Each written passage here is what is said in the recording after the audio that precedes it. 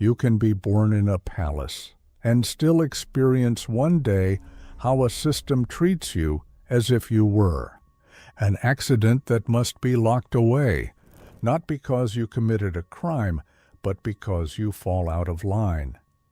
In 1875, a 17-year-old princess marries a man almost twice her age. What looks like diplomacy quickly becomes something else: control, humiliation, fear. And when she flees years later, it's not just a family that reacts, but an entire order. In the end, she lands in an asylum, and for many, the story ends there. But that's only the official version, because this story isn't just about adultery or gossip. It's about a weapon that was particularly reliable in the 19th century, calling a woman insane and removing her from the world. Guiding question: what happens when a princess no longer obeys and others decide that? This means she's no longer of sound mind? Louise Marie Amélie is born on February 18, 1858 in Brussels, in a country that is itself still young.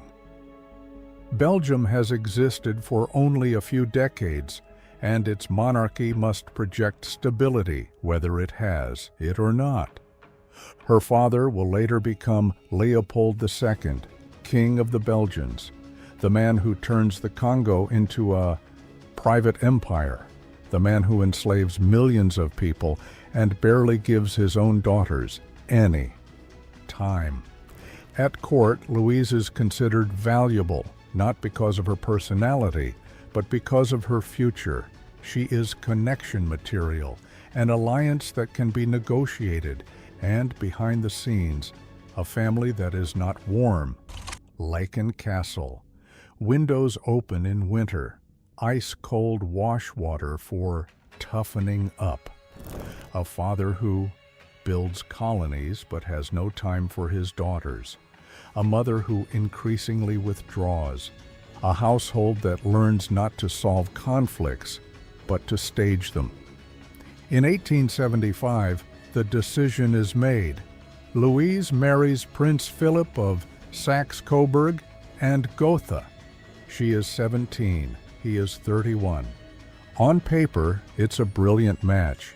In reality, it's a move into a world where Louise is less the daughter of a king and more property.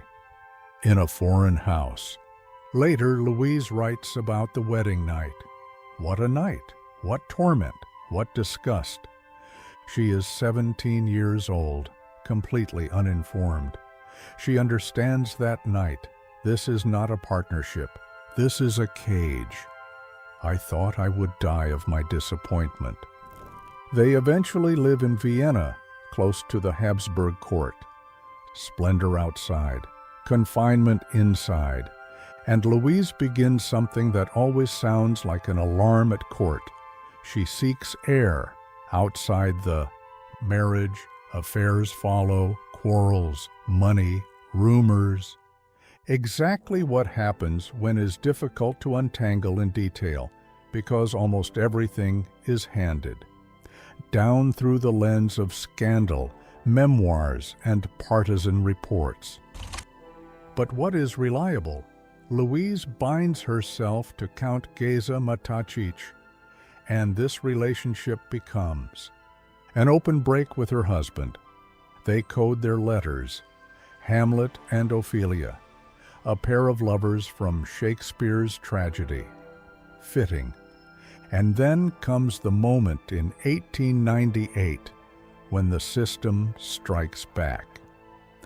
A few weeks after a public scandal, Louise is declared of unsound mind and institutionalized, not as a court ruling as we would know it today, more as an interplay of family influence and state authority.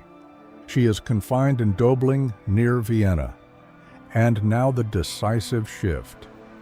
A disobedient woman officially becomes a sick woman, A marital conflict becomes a medical problem. Because you don't discuss illness, you lock illness away.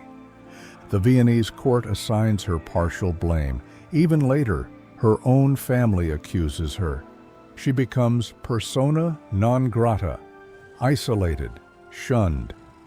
While Louise disappears, Maticic is persecuted and ends up in prison. Here too much is disputed, questions of guilt, motives, political interests. But the effect is clear. They separate the two and thereby calm the court.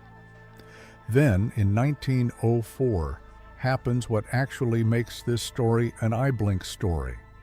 Louise is at a spa in Bad Elster. Surveillance is looser. Maticic, just released from prison, organizes her escape. A false passport, a taxi to the French border.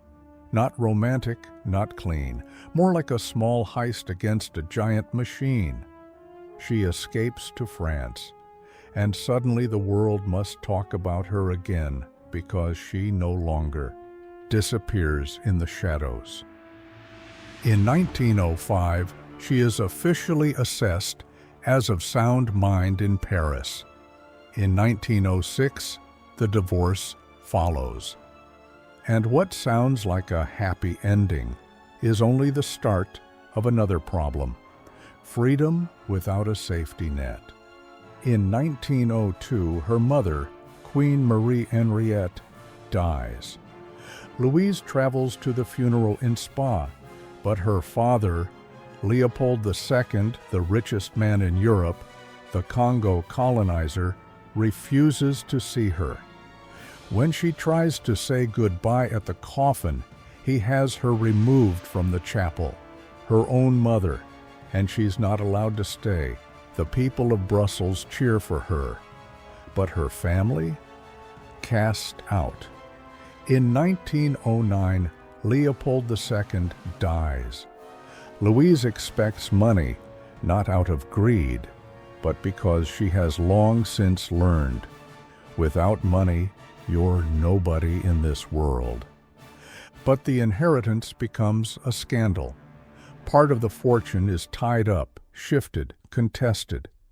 Louise and her sisters go to court, later receive awarded payments, but the great wealth remains. Largely denied to them, 50,000 francs, against billions from the Congo, and then the next blow hits: war, displacement, renewed flight movements through Europe. Louise sinks deeper, no longer as a princess, but as a person constantly dragging bills behind her, a woman who carries a great name everywhere and has a secure life nowhere. In 1921, Louise publishes her memoirs, a look into the courts of Europe, written from the perspective of a woman who knew them from the inside and was destroyed by them. Maticic dies in 1923. Louise follows him shortly after, March 1st, 1924, in Wiesbaden. Impoverished, alone, no family at the funeral. A woman who carried a great name everywhere and had a secure life nowhere. And perhaps that is precisely the hardest sentence of this story. She was a princess. And yet she had to learn in the end how easily a system renames you from daughter to problem, and from problem to patient.